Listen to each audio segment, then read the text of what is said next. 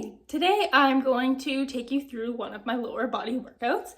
This one is a glute focus, and fair warning, it's pretty deadly. It is all as many reps as possible and to failure, which is like the best way to train for me. I love it, but I also hate it because it's very hard, but it's also really fun. So I'll walk you through it kind of just to start here. Okay, so here we have the entire warm-up and workout written out. So I will go through each and every exercise and warm-up exercise for you to talk about form and potential modifications and anything that might need to be spoken about to make it easier and more beneficial for you. So let's get right into it.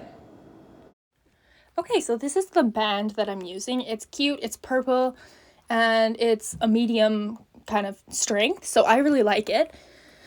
I'm just going to put it up just slightly above my knees here, and we're going to get right into our laying down abductions. So try to keep your feet as flat as you can, hip width apart, and then just using your glute muscles only, push the band apart.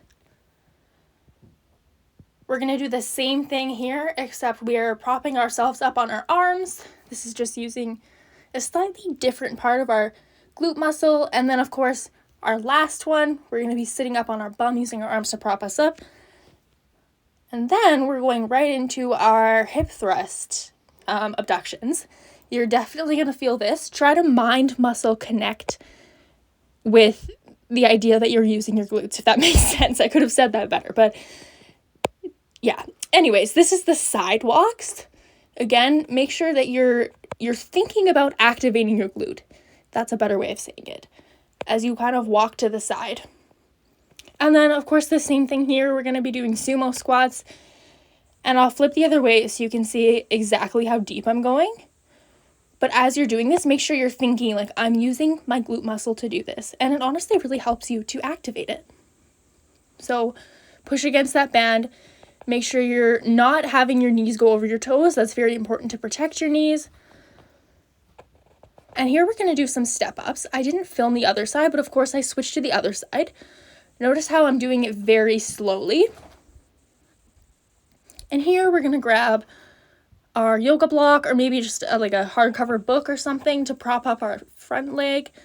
And then we're going to do some forward-leaning lunges. So the reason we do forward-leaning is it activates the glute a little bit more than having an upright lunge, which activates the quad more. So we're going to switch sides here.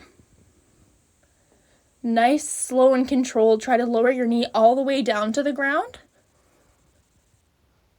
If that's not accessible, just go as low as you can and drop the weight if you have to. And here we're going to do some sumo squats. You might notice that I'm holding the weight kind of directly under me. That's because I have a really sensitive lower back, and I find that this kind of takes the pressure off because I'm not leaning forward as much. So if you have the same problem, I suggest using one dumbbell and kind of put it directly underneath you, and it relieves some pressure while still activating the glutes. And here we're doing an RDL/squat. So pretend that you're using a barbell. I'm using dumbbells for the sake of it because I think most people just have dumbbells if they're doing a home workout, but pretend that you're using a bar. So try to keep the dumbbells straight, and you're not doing a kind of traditional squat. It's a half RDL, half squats. You're going to want to kind of lean forward the way that I am. So I do a bit of an RDL, and then I kind of drop my bum after into a squat. So this is going to use your hamstrings and your glute muscles. And here we're going to go into our hip thrusts. If you just have a dumbbell, again, that's perfectly okay. Just do exactly what I'm doing here. Make sure you're pushing against the band, knees not going over your toes. And here, if you have a barbell, this is an excellent option too. Also pushing against the band, using the mind muscle connection to activate your glutes. And here, our final exercise, we're going to do some calf glute bridges. The best way to think about this is just glute bridge pulses, basically. Like my bum's not going all the way down to the floor, as you can see. Anyway, so this is a little bit of just a funny thing for you to see, and also just something to remember that, like, if you can't lift up something heavy that you really want to be able to lift up, honestly, that's okay because we're all a work in progress. And this is quite heavy for me.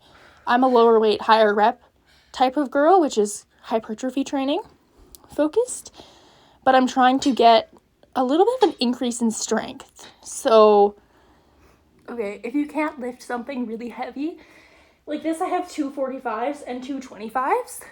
That's really heavy for me. I'm not a super heavy lifter, so if you can't lift something like this, own it. There's no shame in this. I'm gonna keep trying because that's my goal. I'm really competitive and I have 3 amazing little brothers who can lift stuff like this, and so I'm just trying to keep up with them. So I'm gonna give it one more shot today, and if I can't do it, I'm gonna come back another day. Wish me luck. Yeah, so as you might have guessed, I didn't really get any further. I'm still not really moving this an inch, and that's okay. Because one day I will be able to, and I'll be able to look back and think, wow, I came so far. Anyway, thanks for joining. Maybe another day.